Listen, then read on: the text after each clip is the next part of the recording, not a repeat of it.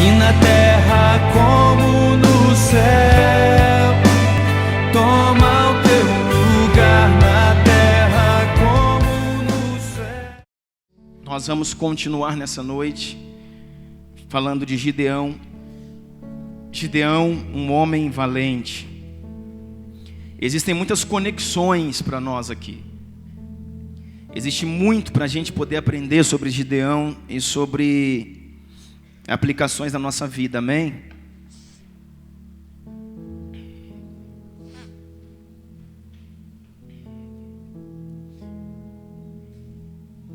E assim como nós fizemos a série de Davi, que foi uma série muito forte, nós já fizemos uma série de Jacó, também muito forte, acho que foram 4 domingos, e nós estamos continuando então hoje o segundo, falando sobre o Gideão, amém?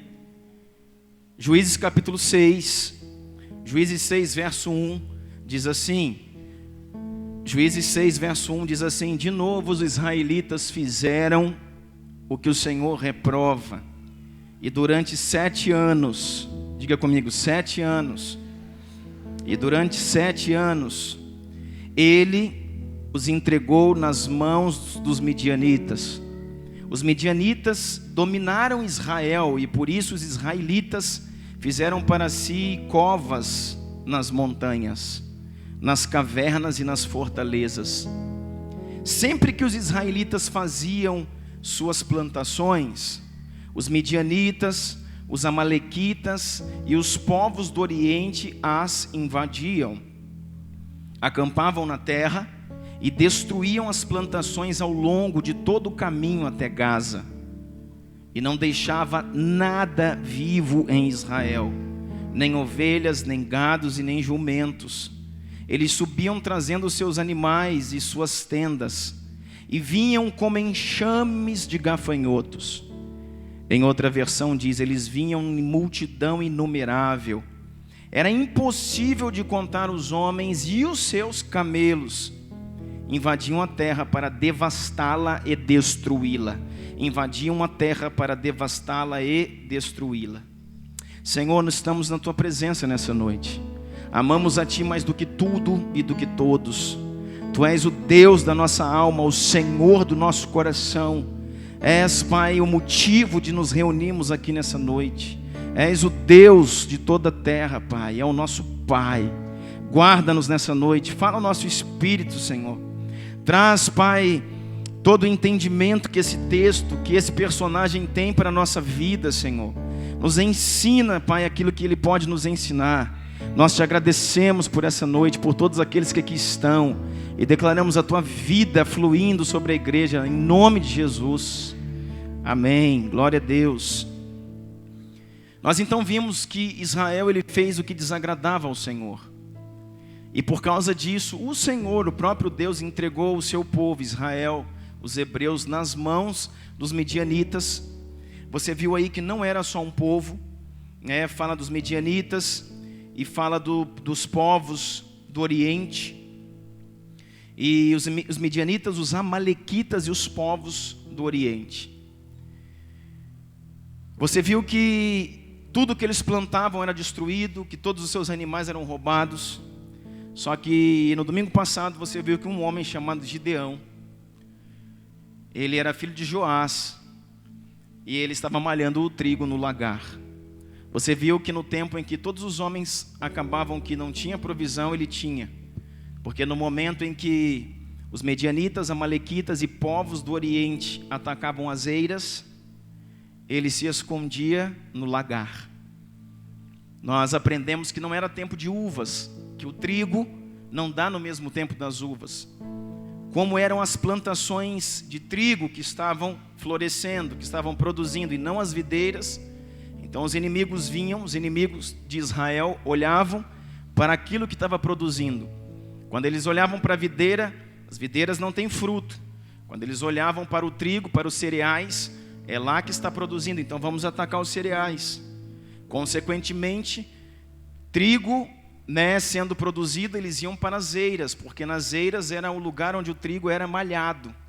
E ali todo o trigo que estava sendo malhado na eira estava sendo roubado pelos amalequitas, midianitas e povos do Oriente. Porém, um homem chamado Gideão, que o Senhor chamou ele de homem valente, ele estava malhando o seu trigo no lagar. Ninguém ia para o lagar, porque lagar é lugar de fazer vinho. Então, num momento, numa época onde não tem uva, ninguém vai para o lagar fazer vinho. Mas um homem tem uma ideia, uma revelação, um entendimento de levar o seu trigo para malhar no lugar onde se faz vinho. E ali, no tanque de pedra, no lagar, na rocha, ele malhava o seu trigo. Aleluia! Nós aprendemos que o Senhor viu isso. E o Senhor falou: uau! Dá uma olhada no que esse menino conseguiu entender. Dá uma olhada no que esse menino conseguiu fazer para proteger a sua casa. Você vai ver que ele tinha esposa e tinha filhos, e estava protegendo a provisão da sua casa. E o Senhor então aparece para ele, porque todo o povo começa a clamar, toda a igreja do Senhor começa a clamar, a orar e a insistir com Deus, que os livre daquele momento de perseguição, de escravidão, de exploração dos inimigos.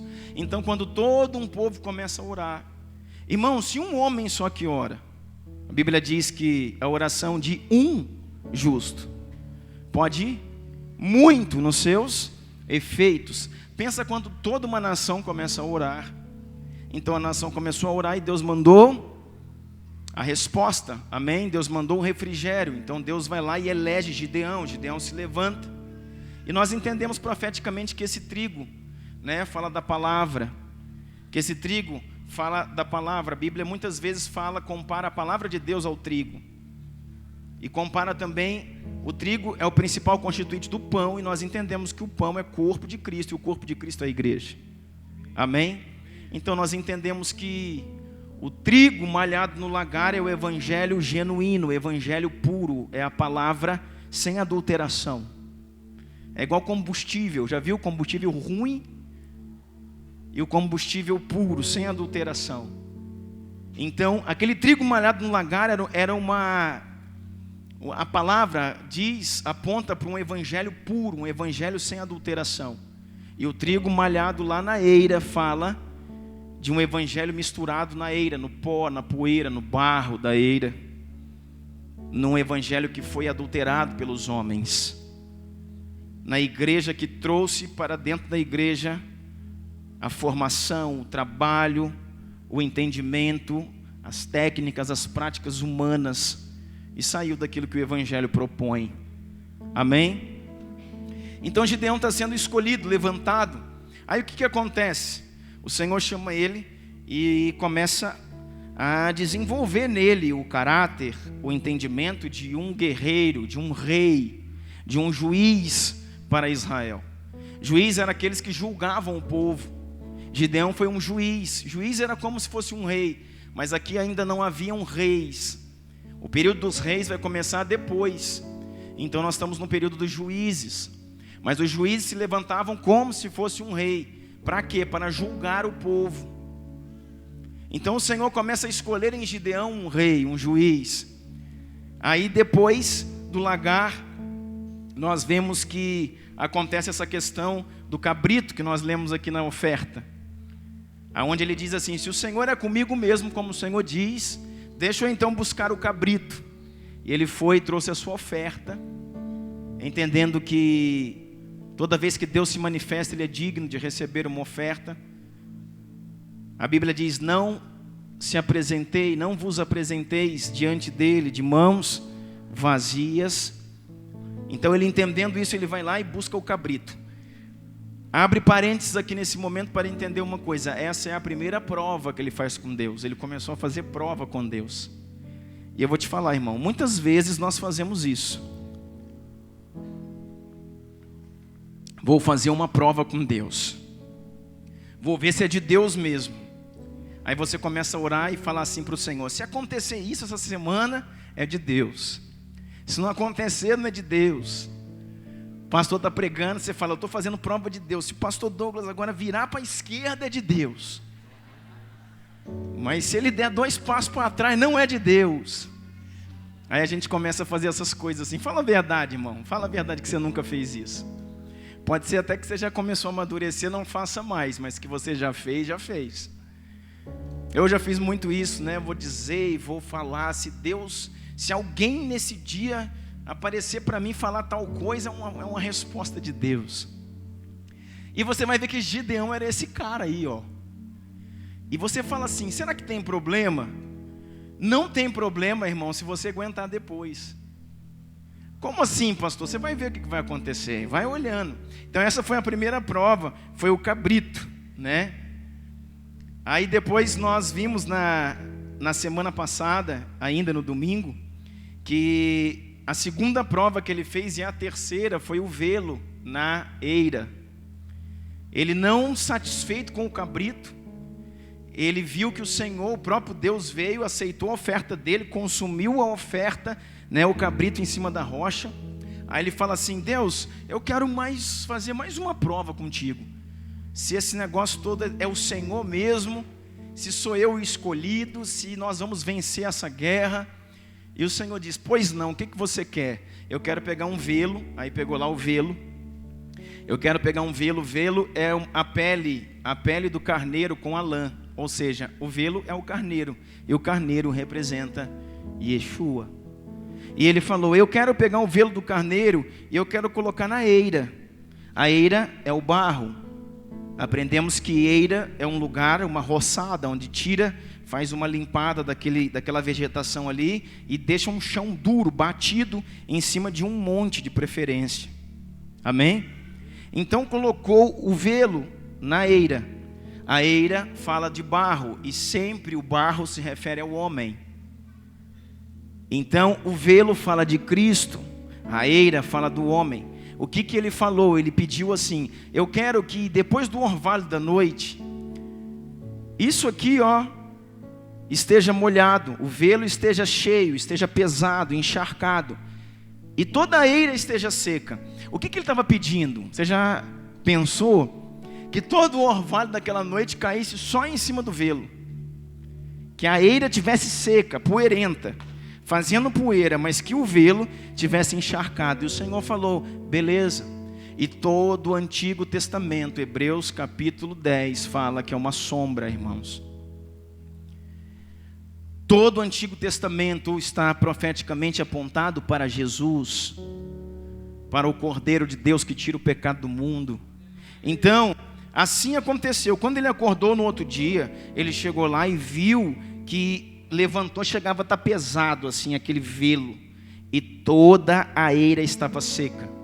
O que nós entendemos com isso? Ele pegou esse velo depois, irmãos, para fechar a profecia, ele pegou um cálice, aí botou o cálice em cima de uma mesa, pegou o velo e espremeu. Quando ele espremeu o velo, ele tirou toda a água que estava no velo e colocou dentro do cálice. Uau! Eu amo, irmãos, a profecia.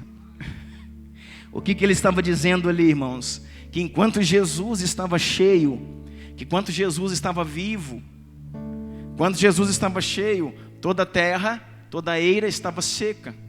Todos nós, eira, pecamos, destituídos fomos da glória de Deus. Nós estamos secos, vazios, mortos em nossos delitos e pecados. Porque Jesus vive. E porque ele vive, ele está cheio de quê? De glória, ele está lá no Pai. Mas quando Jesus vem ao mundo, a Bíblia diz que ele se destituiu de toda a sua glória. A Bíblia diz que ele se desvaziou de toda a sua glória. A Bíblia diz que ele foi moído, amassado, ferido pelas nossas iniquidades e as nossas transgressões. Quando ele foi moído, ferido ali na cruz, o seu sangue foi derramado. Então ele se esvaziou da sua glória. E porque ele se esvaziou da sua glória, toda a eira se encheu da sua presença. Pelo seu Espírito. Essa foi a terceira prova de Gideão. Gideão falou assim, olha, agora eu quero o contrário. Eu quero que toda a eira agora do orvalho da noite fique encharcada. E só o velo fique seco. E o Senhor falou, beleza, que assim seja. Aí ele acordou no dia seguinte, foi lá, pegou o velo, estava sequinho. E toda a eira molhada. Por quê, irmãos? Porque quando o cordeiro, o velo se esvazia, essa era a condição, que o cordeiro pudesse morrer. que Jesus pudesse esvaziar da sua glória, para que toda a ira fosse cheia, para que todos os homens recebessem a sua presença. Amém? E então, essa é a terceira prova, e Gideão fala assim: uau, ok, agora eu acredito que Deus é comigo mesmo. Agora eu estou pronto, Senhor. Então Deus levanta ele e diz: então vamos lá, vamos começar a trabalhar. E nós vamos começar essa noite aqui, vamos começar a trabalhar. O que nós precisamos entender com Gideão, irmãos? Que todo processo de restauração, que todo processo de libertação começa, irmãos, dentro de casa. Todo processo de restauração, de cura, de libertação começa dentro de casa. Começa no meio da família, começa junto com os filhos, começa junto com o marido, junto com a esposa. Toda a restauração começa dentro de casa. Não adianta, irmãos, você querer vencer inimigos externos se você não consegue vencer inimigos internos. E esses inimigos que eu digo aqui não é seus filhos, não é sua esposa, não é seu marido. O inimigo que você deve vencer, como temos dito aqui durante todo esse tempo, irmãos, é o eu. É o meu desejo, a minha concupiscência, o meu orgulho, a minha vaidade, a minha violência, a minha imaturidade. Nós precisamos entrar num lugar. Por quê? Porque o Senhor vai chegar para Gideão e vai falar assim: Gideão, vamos começar com a libertação do povo. E eu acho que Gideão já começou a querer montar um exército, que Gideão já começou, sabe, a pegar um escudo, uma espada, a já pensar quem que seria o capitão do combate, a quem que ele iria chamar, quem que seria a primeira tribo que ele ia convocar. Já estava tudo pronto. Por quê? Afinal de contas nós temos amalequitas, medianitas, um grande povo no Oriente. O Senhor falou: não, primeiro você vai batalhar lá dentro da sua casa. Aí ele falou: como? Ele falou: sim. O Senhor fala assim para ele: dentro da tua casa, lá na casa que você vive, dentro da tua casa existe um poste ídolo de Baal. Existe um poste ídolo de Baal, existe um busto de Baal dentro da sua casa, e um busto menor de Azera. Tem 2 demônios dentro da sua casa. E o seu pai, junto com a sua mãe, junto com a sua família, se tornaram idólatras. Eles estão servindo aos deuses dos amalequitas, medianitas e povos do Oriente. Eles estão servindo a deuses cananeus. Eles esqueceram da minha aliança. Ei, olha aqui para mim. E é exatamente por isso, irmão, que Israel está em cativeiro. É exatamente por isso que Israel está em cativeiro. É exatamente por isso que Israel está cavando buracos e vivendo como tatu, se escondendo dentro de buracos, porque toda a provisão que eles tinham, vinham os inimigos e roubavam. Por quê? Porque eles resolveram adulterar contra Deus, prostituir espiritualmente contra o Deus de Israel. E todas as vezes, olha para mim, todas as vezes que a igreja, que Israel, que os hebreus começam a adulterar, Deus nos coloca debaixo de julgo, porque é a forma que Ele tem de nos trazer de volta. E talvez você pense assim: ah, pastor, eu estou fora dessa, porque lá em casa não tem nenhuma imagem, porque lá em casa não tem poste ídolo. Não, irmão, você está enganado. Se nós formos pensar em idolatria, o que é idolatrar? É colocar qualquer coisa antes do Senhor. Quantos de nós, irmãos, colocamos o nosso trabalho, a nossa profissão, o nosso diploma? Quantos de nós colocamos a nossa carreira? Quantos de nós colocamos a nossa faculdade, a nossa pós-graduação, o meu título de mestrado, de doutorado, o vestibular que eu vou fazer? Quantos de nós colocamos isso diante ou acima do Senhor? Tornou-se idolatria. E é algo que precisamos falar, porque parece óbvio, claro, irmãos, e eu vou te dizer, no nosso meio aqui existem muitos idólatras. Pessoas que tiraram Deus do centro, do foco, do princípio de ser o primeiro e o último, o ser de todas as coisas. E às vezes a gente pensa assim, poxa, nós precisamos apresentar o Evangelho a pessoas que às vezes não conhecem. E que forma que nós vamos começar a apresentar o Evangelho ao mundo? Dizendo, irmãos, que Jesus é o primeiro e o último. Dizendo que Jesus é o primeiro e o último.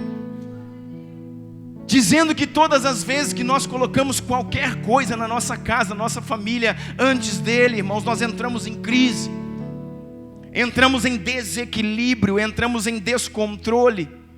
Isso começa no emocional, passa depois para as relações da família, as relações matrimoniais, passa depois para a ação sobre os filhos, e passa sobre as finanças, e quando você vê, se instalou um caos em todas as áreas de uma família, na saúde, na mente, no ensino, no casamento, virou uma bagunça total. Por quê? Simplesmente porque Yeshua não é mais o rei e o governo daquele lugar. Simplesmente por isso. Quantos desejaram tanto um emprego, irmãos, tanto um emprego, e quando receberam o emprego, nunca mais apareceram para servir ao Senhor? Quantos desejaram tanto ter condição para fazer um cursinho, porque eu quero passar para medicina, passar para engenharia? Irmão, passe mesmo, seja um médico de Deus, seja um engenheiro bem sucedido, cheio do Espírito Santo. O problema não é passar a estudar, o problema é quantos queriam ter condição para fazer um cursinho. Aí de alguma forma Deus trouxe, de tanto ele pedir, e agora ele começou a fazer o cursinho. A vida dele é o cursinho, irmãos. Tem 3, 4 meses que ele não toma uma ceia, porque não pode mais para a igreja. Ele esqueceu quem é Deus. Agora ele sabe tudo de professores, tudo da matemática, da física, da química, e esqueceu tudo sobre o amigo Espírito Santo. Sabe o que é isso, irmãos? Caminhos que levam à morte. Sabe o que é isso, desequilíbrio? Porque negociou o inegociável. Eu quero dizer para você, querido, e quando a gente é bom a gente passar por algumas coisas. Querido, eu fui jovem, hoje não sou tanto como vocês estão rindo aí de mim. Mas eu fiz cursinho, irmãos, eu fiz faculdade, eu fiz cursinho, fiz pré-vestibular, fiz faculdade, fiz pós-graduação e nunca deixei de honrar o Senhor em primeiro lugar na minha vida. Irmãos, eu nunca deixei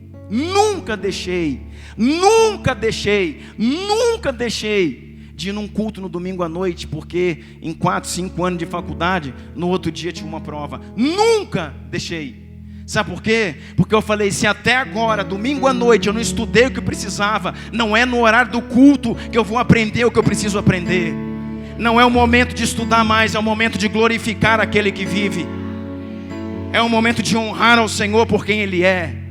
E nunca deixei de honrar ao Senhor, irmãos, num culto por causa de uma prova, de um concurso, do que quer que seja. Sabe por quê, irmãos? Se eu tiver que entrar no concurso, se eu tiver que entrar na prova, se eu tiver que passar no vestibular, irmãos, quem vai me colocar é Ele. Não é o tanto que eu estudei, não é o tanto que eu sei, não é o tanto somente que eu me dediquei, quem define isso é Ele. E eu preciso honrá-lo em primeiro lugar, porque senão se torna idolatria. Então quantos de nós idolatramos a profissão e estudo? Quantos de nós, irmãos, idolatramos filhos? Idolatramos tantos filhos e os nossos filhos se tornaram Deus para nós. E eu vou dizer, não é, irmão. Quantas vezes em favor dos filhos nós deixamos de orar, deixamos de buscar, deixamos de nos dedicar ao Senhor para nos dedicar aos filhos. E não estou falando aqui que você não deve se dedicar aos seus filhos, irmãos. Quantas vezes porque qualquer coisa que um filho tem, deixa de ter, vai fazer, você deixa de honrar o Senhor por causa dos filhos? Eu quero dizer, querido, você está trabalhando de uma forma anticristã para com o seu próprio filho. Sabe como eu cresci? A forma como eu trato o Heitor é a forma como eu fui tratado pelos meus pais. Deus é Deus. Ele é o primeiro e o último. Ele é o centro da nossa vida, da nossa casa, da nossa história. Não se negocia nada. Ele é sempre, sempre o primeiro lugar. É Ele. E nós estamos trabalhando com nossos filhos da mesma forma. Porque às vezes, querido, nós tratamos os filhos de alguma forma que quando na sua adolescência, quando eles tiverem 14, 15, 16 anos, querendo dar suas primeiras escapulidas, você vai querer corrigi-los e não vai poder mais. Porque ele vai falar: uai, pai, mas foi o Senhor que me ensinou que era assim. Mas foi o Senhor que falou que por causa disso aqui eu não precisava ir na igreja. Que porque no outro dia tinha prova na escola, eu não ia no culto porque eu tinha que estudar. Pais ensinam isso aos filhos.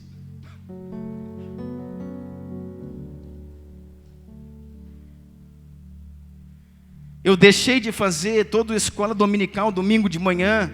Acontece, estou falando, não eu, estou falando, acontece em alguns casos, porque o menino tem aquilo, tem a escola de futebol, disso, daquilo, sei lá de quê, de natação, no dia da escola dominical.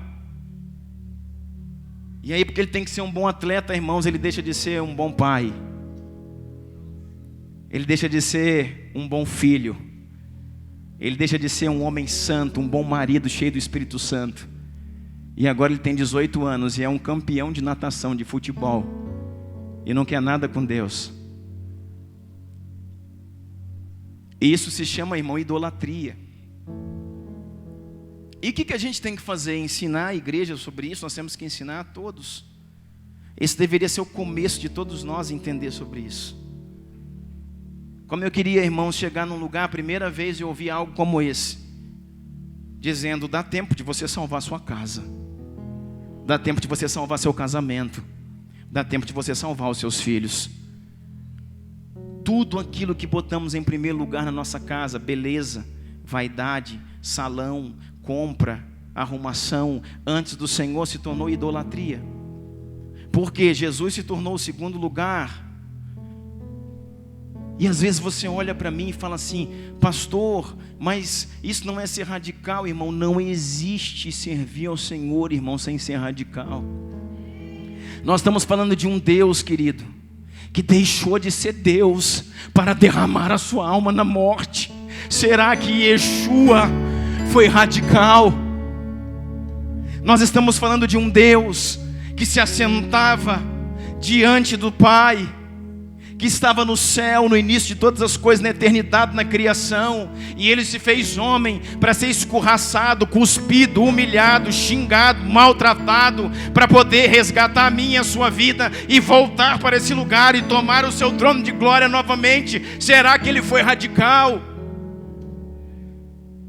Será que existe ser discípulo de Cristo, ou cristão, um pequeno Cristo, sem fazer pelo menos 1% do que Ele fez por mim? Homens deram a sua vida, irmãos. Se você for ver nas histórias dos avivamentos, se você for ver os moravianos, irmãos morávios, irmãos jovens que se venderam, deram-se como escravo, para ir para uma ilha, aonde que entrando lá, não poderia mais sair. Simplesmente porque existia uma infinidade de escravos presos naquela ilha. E aqueles escravos que nunca poderiam sair da ilha, eles iriam morrer sem ouvir de Jesus, sem salvação. Não seria acessível aquele tanto de homens que estavam presos naquela ilha e que nunca sairiam dali. Muitos haviam nascido na ilha, e o governante daquela ilha, o senhor daquela ilha, tomou todos como escravos, não podiam sair de lá. Então esses homens se deram como escravos, para que pudessem entrar, trabalhar, comer mal, ser explorado e nunca mais voltar. E entrar num barco, dar adeus para sua família, para toda a sua casa, dizendo que o cordeiro receba a recompensa pelo seu sofrimento. Uau! Isso é o evangelho, irmão. Nós vamos àquele lugar e nunca mais iremos voltar. porque daremos toda a nossa vida ali para que toda aquela ilha ouça falar de Jesus. E quem sabe 1 ou 2 ou 3 ou mais o aceite.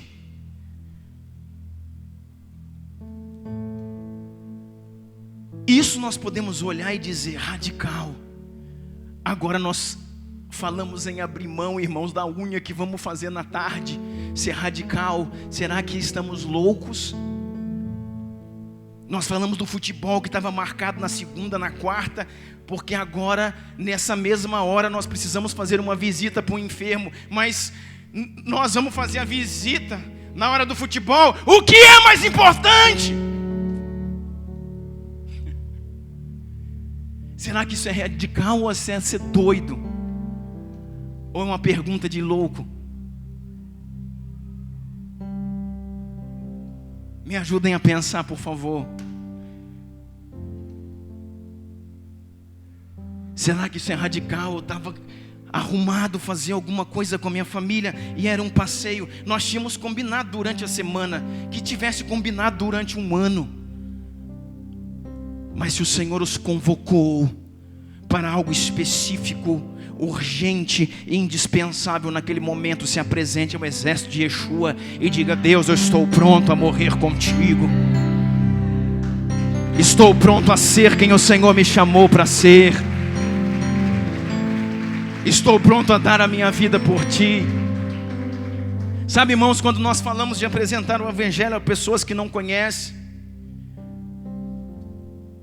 nós achamos que devemos trazer algo, irmãos, que alivie as suas dores, trazer algo que parece que momentaneamente toque as suas feridas. Eu quero dizer, querido, o Evangelho da cruz, o Evangelho da morte, o Evangelho da renúncia tem tocado pessoas no mundo inteiro. Num único dia, a palavra do Senhor diz que João Batista pregava e multidões desciam ao batismo. A palavra do Senhor diz que Paulo pregava, Pedro ministrava, e numa única hora de ministração, 3.000 pessoas se entregavam a Jesus e eram batizadas no Espírito Santo. Que tipo de discurso, que tipo de palavra, que tipo de ministração tocou o coração desses homens? Nós precisamos adentrar nesses lugares. Então agora Gideão está preparando, já pensando no seu exército. O Senhor falou: não, você tem que voltar para casa. Sabe por quê, Gideão? Porque você é um homem que me ama. Você é um jovem que me ama. E você é valoroso, você é valente. Você é homem de valor. Você me ama, está lá malhando o seu trigo no lagar, cuidando da sua casa, adorando o meu nome, sabe, guardando o seu coração. Mas a sua casa é uma casa idólatra. Você não tem paternidade. Seu pai não te instruiu no caminho. Você está no caminho porque você é um homem guardado para esse tempo. Talvez você esteja aqui e você pense: meu pai não segue esse caminho, minha mãe não segue esse caminho, meus tios, meus avós. Por que eu vim parar aqui, sendo que minha família inteira, ninguém me instruiu nesse caminho, mas alguém me trouxe para cá? Porque você é um homem guardado para este tempo. Você é um homem separado para este tempo. Você é um homem que Deus escolheu a dedo para voltar, para receber e voltar para dentro da sua casa, para ministrar aos seus. E se você pensa que eles nunca aceitarão, irmãos, engano seu. Eu quero dizer que a minha família, muitos que não aceitaram a Jesus, e os que se desviaram e ficaram mais de 10 anos fora da igreja, todos eles estão voltando um a um. Sabe por quê, irmãos? Porque se for da minha família e quiser ir para o inferno, irmão, vai ter que nascer em outra família.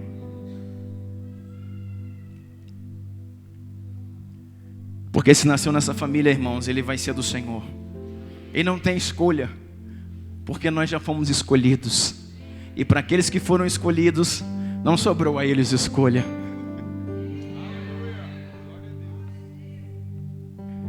Nós precisamos caminhar. Volte para sua casa e derrube os postes ídolos que existem na sua casa. E a Bíblia diz assim, vamos ver isso lá. Diz a palavra do Senhor assim, Juízes, capítulo 6, ainda verso 25, diz assim: Naquela mesma noite,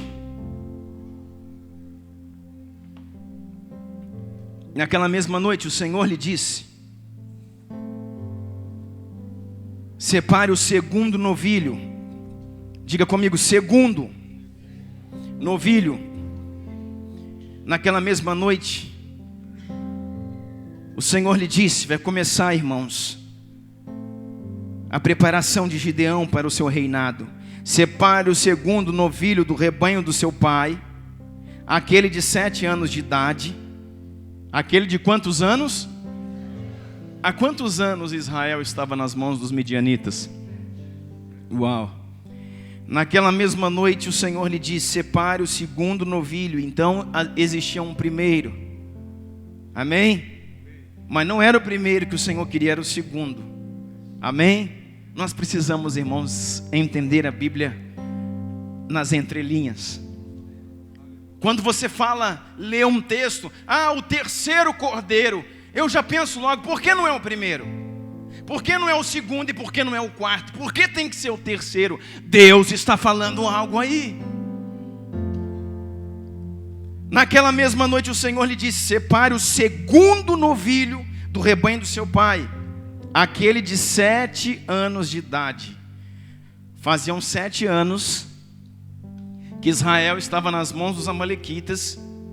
E outra coisa, 7 anos. 7 é o número perfeito.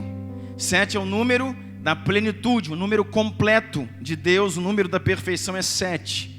Então, para que servia os novilhos? Para que o Senhor estava pedindo esse bezerro, esse novilho? Para sacrificar. Então, um novilho de 7 anos, novilho 7. Novilho 7 fala de um novilho perfeito, de um sacrifício perfeito.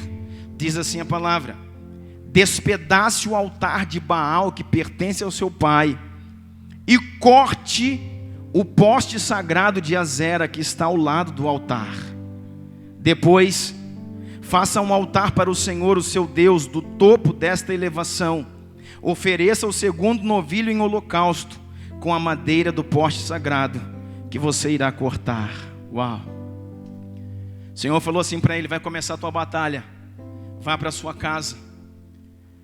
Primeira coisa que você vai fazer, você vai lá e vai pegar no gado, nos novilhos que seu pai tem, você vai pegar o novilho, o segundo novilho. Não é o primeiro, é o segundo.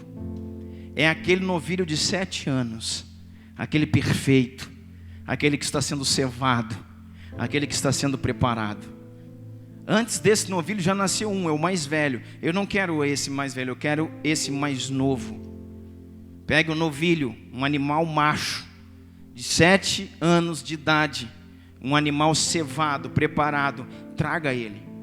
Quando ele chegar, você vai amarrar no boi, você vai amarrar o poste ídolo, porque ele é pesado.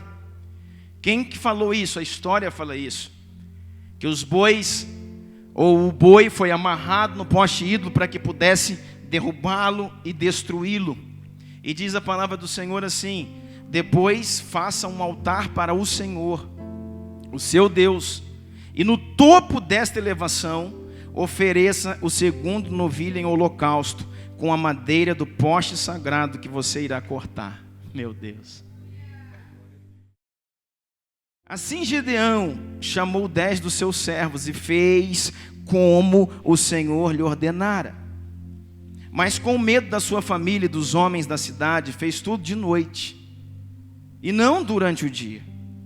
De manhã, quando os homens da cidade se levantaram, lá estava demolido o altar de Baal, com o poste sagrado ao seu lado, cortado, e com o segundo novilho sacrificado no altar recém-construído. Perguntaram uns aos outros: quem fez isso? Depois de investigar, concluíram: foi Gideão, filho de Joás. Os homens da cidade disseram a Joás: traga seu filho para fora, ele deve morrer, pois derrubou o altar de Baal e quebrou o poste sagrado que ficava no seu lado. Joás, porém, respondeu, dá uma olhada nisso. Joás, porém, respondeu à multidão hostil que o cercava: vocês vão defender a causa de Baal? Estão tentando salvá-lo? Quem lutar por ele será morto pela manhã. Se Baal fosse realmente um Deus, poderia defender-se quando derrubaram o seu altar. Por isso, naquele dia, chamaram Gideão de Jerubaal, dizendo que Baal dispute com ele, pois derrubou o seu altar. Pois derrubou o seu altar. Pois derrubou o seu altar. Deixa eu falar uma coisa para você. Toda guerra espiritual para vencer potestades, principados, ursos, leões, Golias, toda guerra espiritual para que você saia e derrube fora, precisa começar dentro. Você precisa organizar sua casa, sua família, seus filhos, seu casamento. Não adianta, irmãos, não existe batalhas externas sem antes organizar as coisas internas. Deus é o Deus da família. Com essa questão, o que ele está fazendo? Pega o boi de 7 anos, amarra no poste ídolo, derruba o poste ídolo, faz isso à noite porque ele estava com medo dos homens. Fala de uma geração de homens que já estavam também corrompidas, de uma geração que já estava adorando a essa mesma entidade aqui, que ficava na casa de Joás, pai de Gideão. Quando esse altar é derrubado, é tombado e destruído, Gideão vai lá, pega a madeira do próprio poste ídolo e faz um altar. Foi assim que Deus mandou. E aí você pega agora o novilho do seu pai, e você vai colocar ele para remir tudo que o seu pai fez. Se o seu pai, durante 7 anos, está adorando essa entidade, por que eu sei que é 7 anos que está sendo adorada essa entidade? Porque quem trouxe essa entidade foi os midianitas, os povos do Oriente, quando começaram a saquear Israel. Eles trouxeram uma influência pagã. Na influência pagã, Joás, pai de Gideão, começou a adorar uma entidade cananeia. Quantos estão comigo? Amém. Se liga, irmão. Fala para a pessoa que está do seu lado, fica ligado.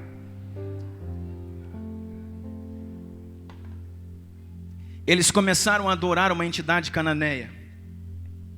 E durante 7 anos, eles estavam adorando essa entidade. Agora o que é que Deus fala?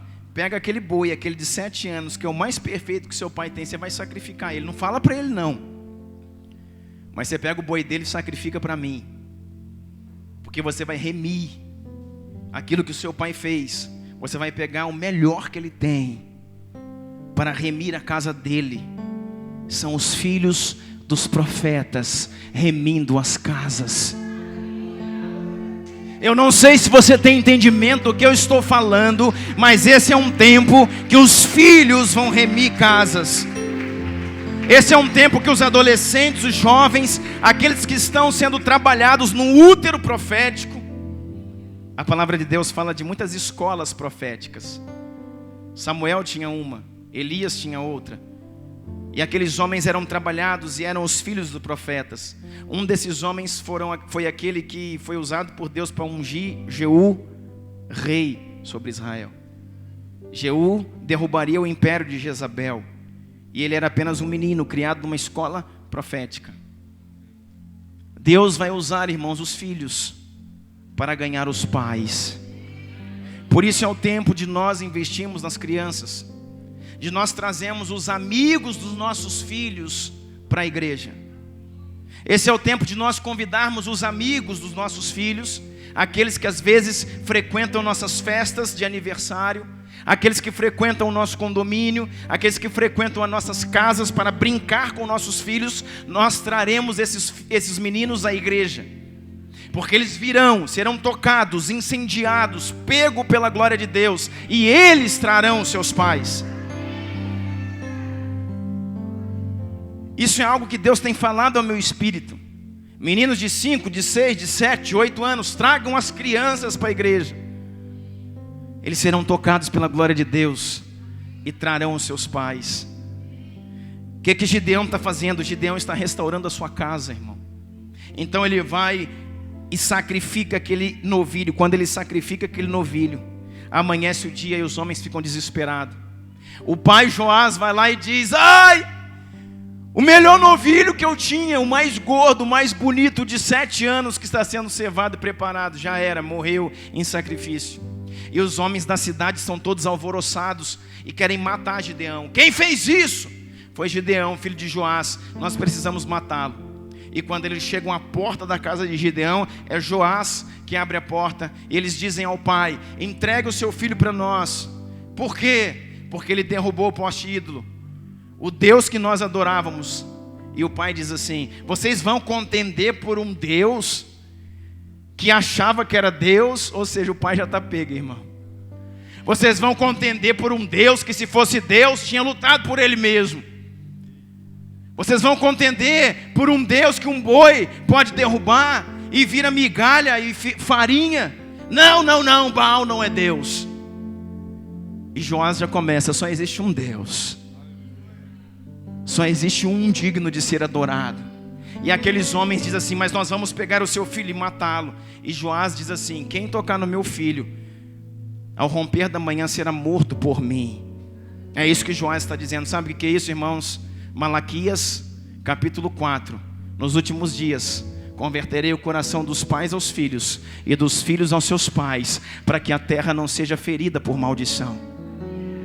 Sabe o que é isso, irmãos? A correção da casa. O coração de Joás se dando a Gideão, e o coração de Gideão se dando a Joás. Joás entendeu o que o filho fez. Joás agradeceu por aquilo que o filho fez. Joás teve um coração dedicado a Gideão, dizendo: você trouxe nossa casa de volta ao foco. Você trouxe nossa casa de volta à graça, à glória, ao atrair da presença de Deus.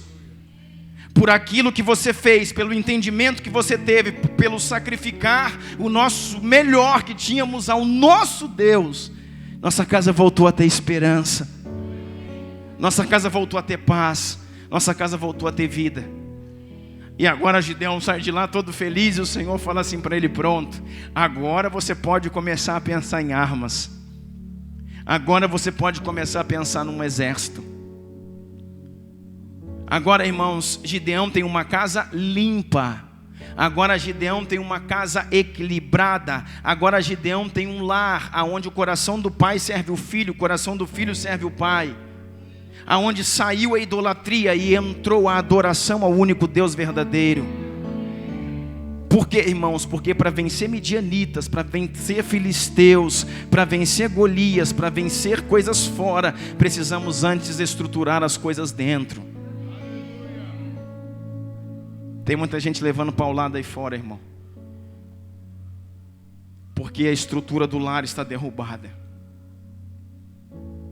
porque a estrutura do lar está maculada. E muita gente não gosta de ouvir sobre isso que eu estou ministrando nessa noite, porque só ele ou ela sabe o nível de guerra que ele enfrenta dentro do lar para fazer com que as coisas se organizem. Mas durante tempos e tempos e tempos, não conseguem chegar num lugar de alinhamento, de correção da casa. E por isso estão limitados a guerras exteriores. Estão limitados a vencer Golias, porque só vence Golias quem derruba leão e urso primeiro. Não se consegue derrubar o leão e o urso, então não se pode vencer Golias. Mas eu quero dizer, irmãos, esse é um tempo que o Senhor está nos levantando em sabedoria. Esse é o tempo que Deus está nos levantando em sabedoria, em discernimento. E nunca uma frase foi tão pontual quanto: Deus ofende a mente para revelar o coração. Deus está nos ofendendo de todas as formas para nos mostrar quem somos. Eu estou tão feliz, querido, porque eu recebo testemunhos todos os dias. Recebo testemunhos e a maioria deles dizem assim: pastor, eu estou me conhecendo. Eu começo a saber agora quem eu sou. Pastor, as minhas intenções não eram corretas, as minhas motivações não eram as melhores. Por isso Deus parou, Deus paralisou, por isso Deus nos freou. Falo, uau! É isso que Deus está fazendo conosco. É isso que Deus está movendo no nosso coração. Eu vou dizer para você, irmãos, intensifica a sua oração, o seu jejum, mas não só isso. Não se trata só de coisas no espírito, não se trata só de coisas místicas. No sentido de jejuar, orar, vigília, se trata, irmãos, de arrependimento. Se trata de arrependimento. Se trata de entrar em lugares aonde você diz: eu preciso me arrepender. Esse tipo de movimentação, esse tipo de palavra, esse tipo de direção, esse tipo de coisa não pode mais passar pela minha mente, não pode mais sair da minha boca. Eu preciso ser diferente. E em 90% dos casos o problema não é do outro, irmãos, o problema é daqui.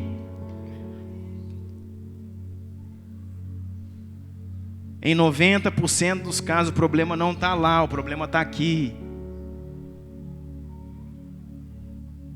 E se resolvermos aqui, automaticamente lá será resolvido. Antes, irmãos, de orarmos e jejuarmos e pedirmos para que Deus mude lá, ore e jejue para que Deus mude aqui. Ore, jejue e clama: Deus, me muda, Deus. Gideão agora se levanta e diz a palavra do Senhor aí, abra comigo aí. Capítulo 7 agora de Juízes, verso 1 diz assim: agora Gideão levantou todo convicto, então Jerubaal, que é Gideão, se levantou de madrugada, e todo o povo que com ele estava, e se acamparam junto à fonte de Arode, de maneira que o arraial dos medianitas lhe ficava para o norte, no vale defronte ao outeiro de Moré. Disse o Senhor a Gideão: é demais o povo que está contigo para eu entregar os medianitas nas tuas mãos. Israel poderia se gloriar contra mim, dizendo: a minha própria mão me livrou. Apregou-a, pois, aos ouvidos do povo, dizendo: quem estiver com medo, diga comigo, quem estiver com medo, volte e retire-se da região montanhosa de Gileade. Então voltaram do povo 22.000 e 10.000 ficaram. Presta atenção no que eu vou falar para você, irmãos. Presta atenção no que eu vou falar para você. O exército que Gideão conseguiu montar era um exército de 32.000 homens. Eu posso olhar para esse exército e falar: uau, 32.000 homens. Só que aquilo que nós olhamos e nós ficamos impactados com 32.000 homens, é um exército muito grande.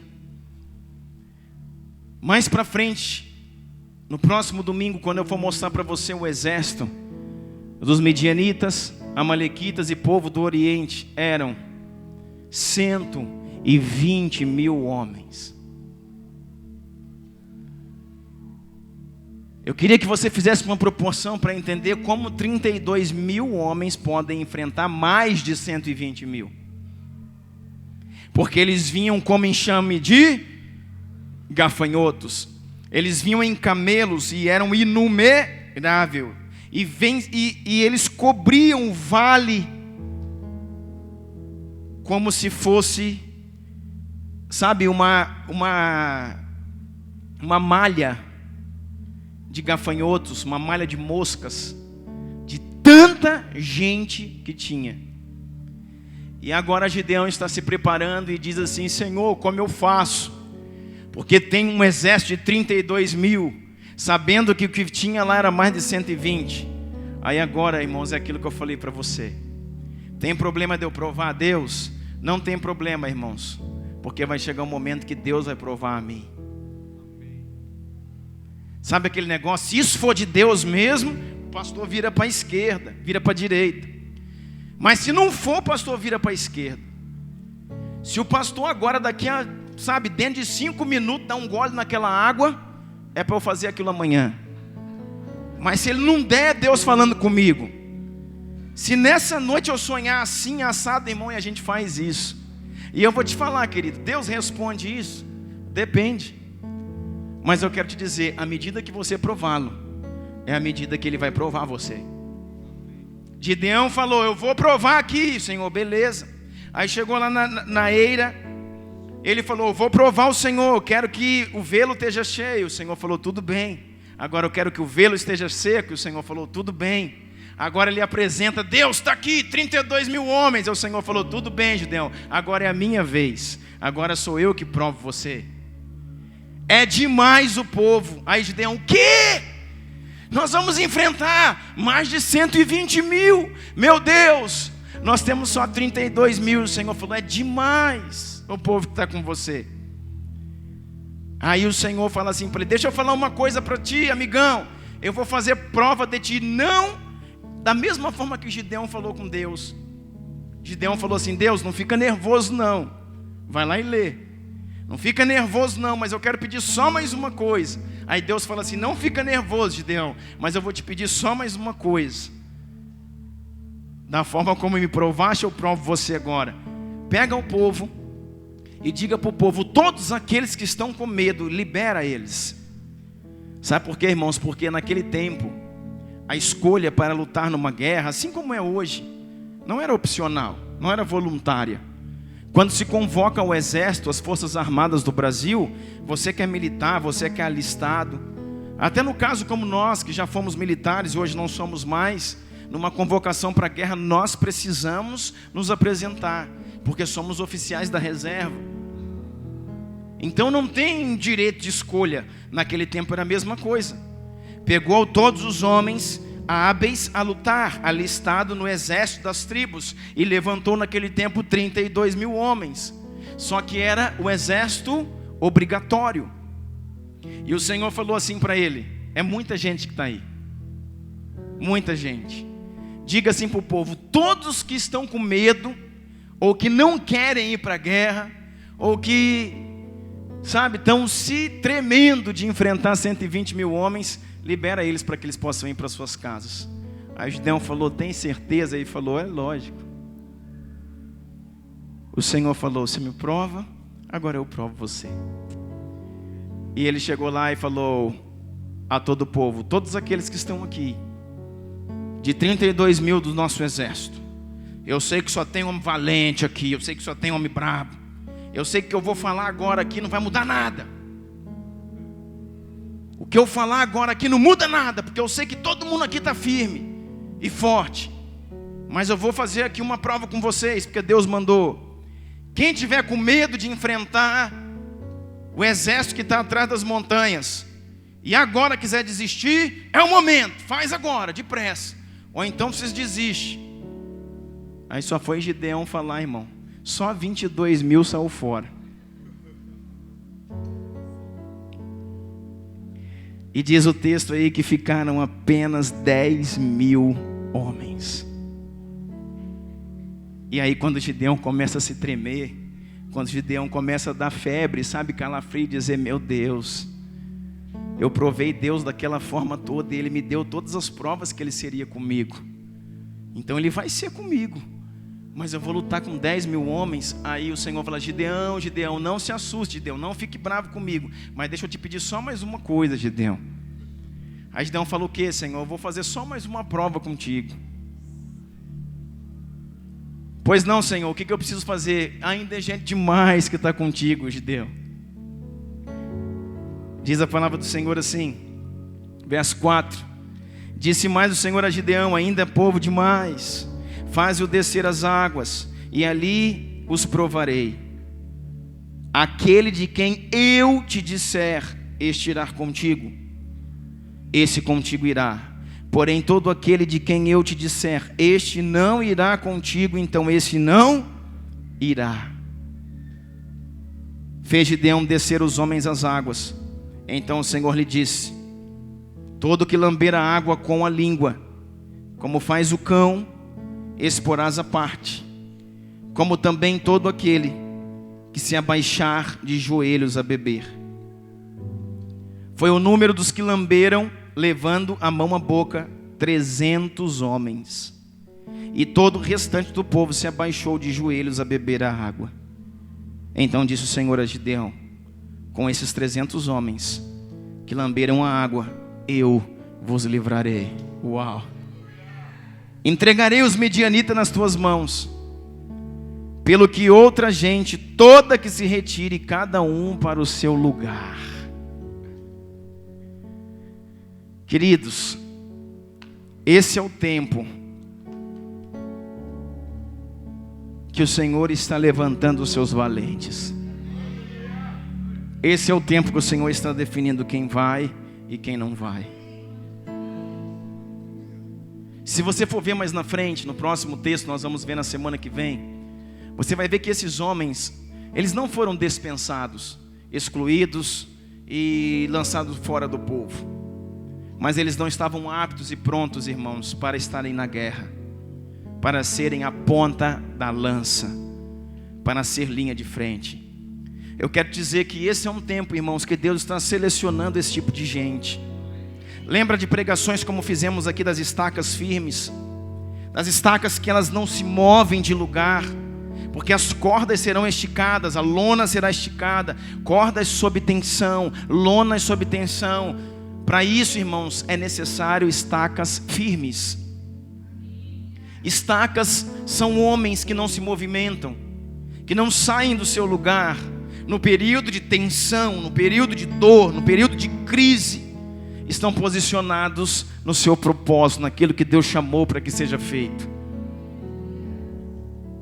O Senhor falou mais uma vez para Gideão: Gideão, espera aí, você me provou mais de uma vez, deixa eu te provar de novo. Você tem 10.000 homens e o Senhor diz: ainda é gente demais o que estão com você. Faça o seguinte agora, presta atenção, nós vamos orar. O Senhor falou assim para ele: pega esses homens e caminha com eles. Você vai entrar em marcha com esses homens, e você vai cansar, esgotá-los ao extremo. Quando todos eles estiverem cansados, 10.000 homens, vocês vão descer ao Jordão, vocês vão descer a um rio. Quando eles estiverem no extremo do esgotamento, desça. E quando chegar no rio, assim será. Aqueles que se ajoelharem, aqueles que se largarem na água para beber a água, separem para um lado. Aqueles que somente levarem a mão na boca e lamberem a água como um cão bebe água, separe para o outro lado. Lemos o texto aí que o Senhor diz: eu direi a você os que vão e os que ficam.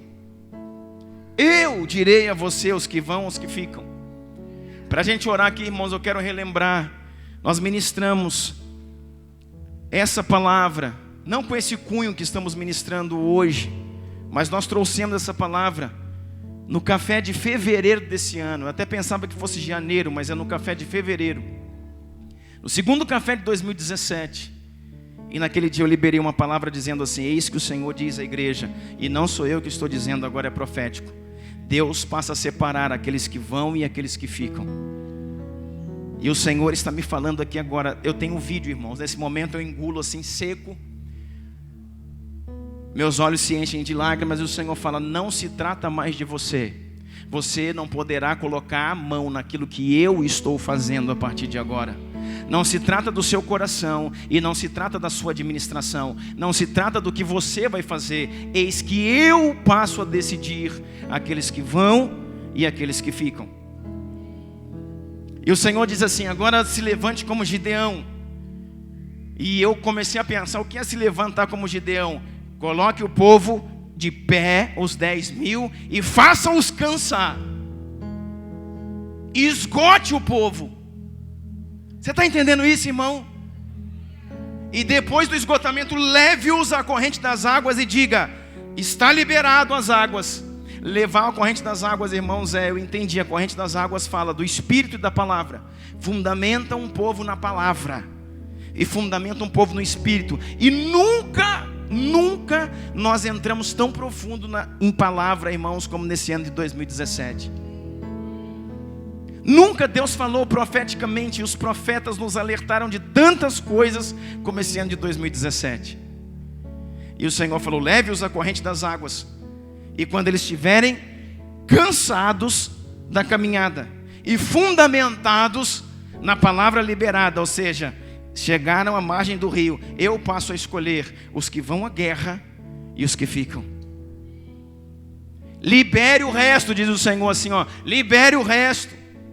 Irmãos, e numa proporção de 32.000 ficou 300. E na proporção nossa, eu não quero fazer conta para saber como que funciona. Mas o Senhor fala: eu passo a definir, eu passo a escolher. E diz ali, querido, que daquele povo ali, 10.000 homens, 300 foram liberados. 300 foram trazidos, melhor dizendo, para estar junto com Gideão. E todo o restante foi liberado. Quando Gideão olha para aquele povo,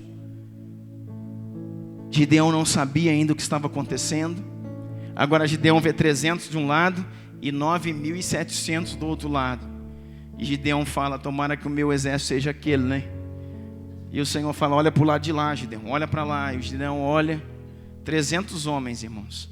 E diz assim: com esse povo tu irás à guerra e ferirás os medianitas como se fosse um só homem. Sabe por quê? Porque a guerra é minha, não é tua. Porque quem faz sou eu, não é você. Porque a força que impera é a minha força, não é a tua. A estratégia vigente não é aquilo que você pode pensar, é acima daquilo que eu estou fazendo. Sabe o que eu penso, irmãos? Sabe o que eu penso? Que o Senhor estava querendo falar para Gideão? 32.000 homens no início. Quando o Senhor falou assim: olha, está liberado. Todos aqueles que não querem lutar por Israel, que têm medo, estão liberados. 22.000 foram embora. Porque assim é uma guerra, irmão. A maioria luta na guerra pelos seus próprios interesses, por obrigação, por manter uma posição, um título. Poucos lutam uma guerra pelo coração, pelo desejo. Até uma guerra de nações é assim.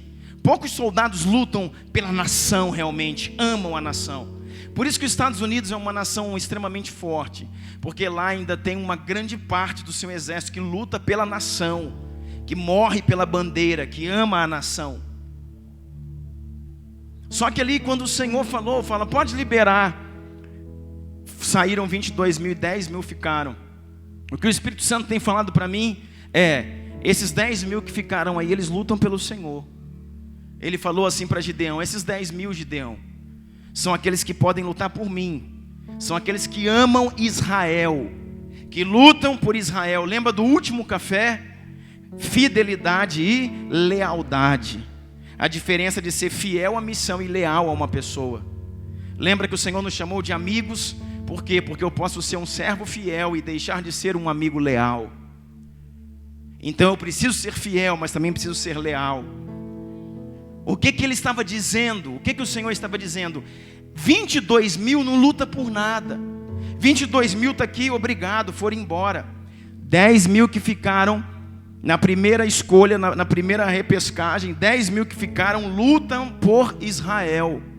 Lutam pela sua nação e lutam por mim. Eles amam a mim, eu, Deus.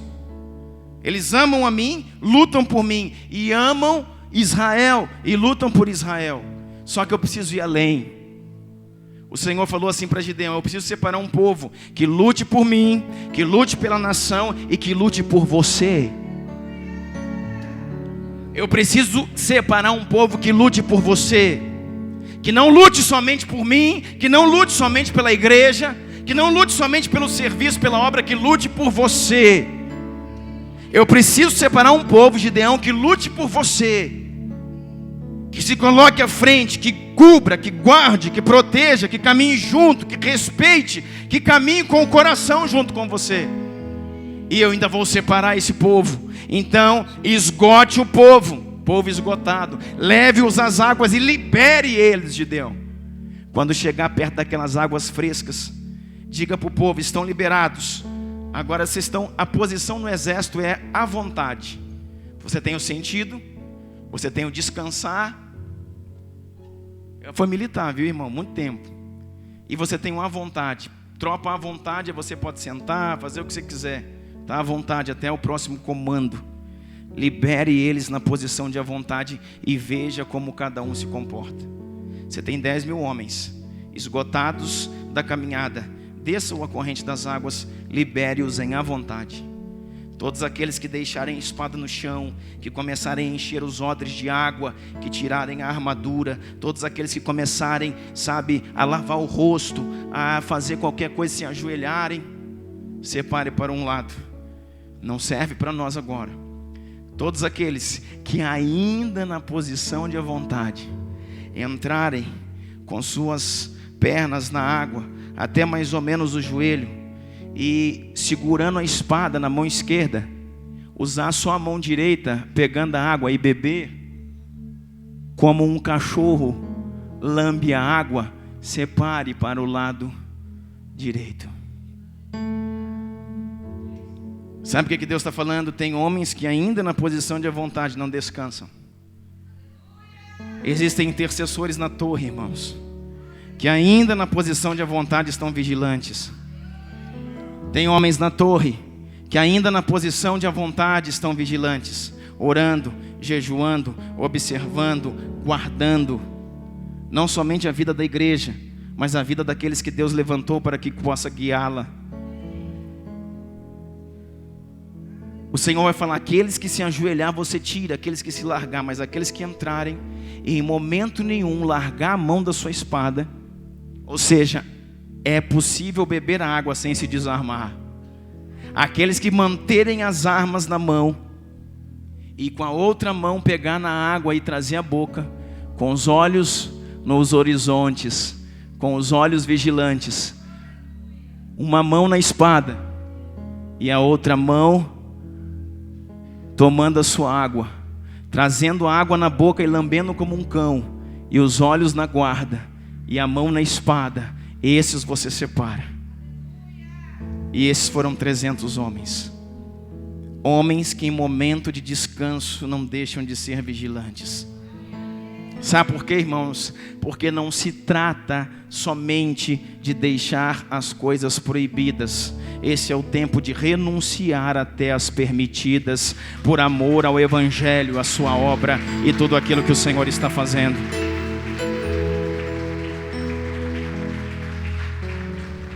Sabe por que isso seria capaz e necessário de fazer? Porque nós vamos ver na aula que vem, vamos ver no domingo que vem, quando esses homens saíram, e eles carregavam numa mão uma tocha, na mão esquerda eles carregavam uma tocha e um vaso de barro. Vai pegando, isso é para a aula da semana que vem, para o culto da semana que vem. Eles levavam um vaso de barro e uma tocha, e na outra mão eles levavam uma trombeta. Ou seja, nessa guerra não tinha espada.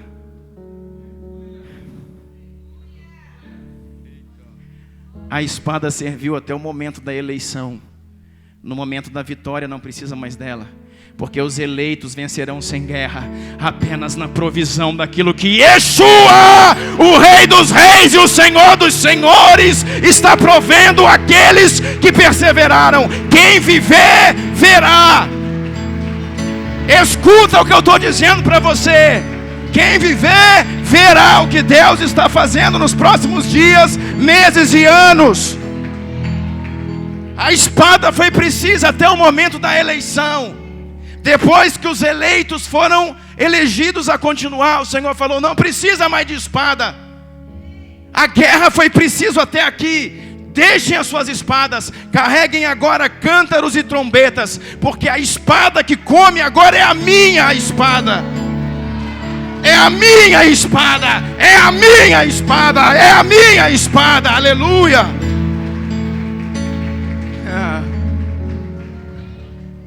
E quando eles tiveram que entrar e quebrar aqueles cântaros e tocar as trombetas, eles tinham que gritar por Deus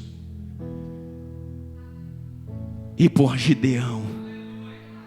Por Deus e por Gideão.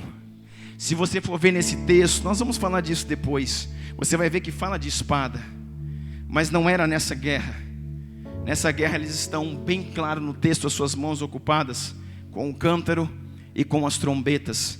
É porque em todas as guerras que esse exército lutou, o ataque deles era por Deus e por Gideão, por Deus e por Gideão. Nós não lutamos só por Israel, nós não lutamos só por Iavé, nós não lutamos só pela igreja, nós também lutamos pelo nosso líder. Nós também lutamos por aquele que tem nos guiado e nos coberto, por Deus e por Gideão. De 32 mil, só 300 eram capazes de lutar por Deus e por Gideão. Sabe, querido, esse é o tempo que esse tipo de revelação nos deixa tranquilo em relação a tudo aquilo que Deus está fazendo. e como nós estamos caminhando dentro do veio das águas. Porque o que o Senhor tem dito para nós é isso: até aqui a espada foi preciso, mas chegará o momento de herdar a terra que mana leite e mel. E nesse momento, a espada que vai trabalhar é a minha espada. Vocês estarão apenas tocando as trombetas. Fique com essas palavras, irmãos. Aleluia. Guarde o seu coração. Nunca se esqueça disso. Isso não serve somente para caminhar em honra com uma liderança. Isso serve para caminhar em honra com o seu marido. Isso serve para caminhar em honra com a sua esposa. Isso serve para caminhar em honra com os seus filhos, com os seus amigos. Saiba que aqueles que são escolhidos por Deus, os homens e mulheres de honra, são aqueles que no momento da vontade, nunca se esqueça disso, permanecem em vigia. Aleluia. Amigos fiéis e leais são aqueles que no tempo de a vontade nunca deixam de vigiar. Aqui na terra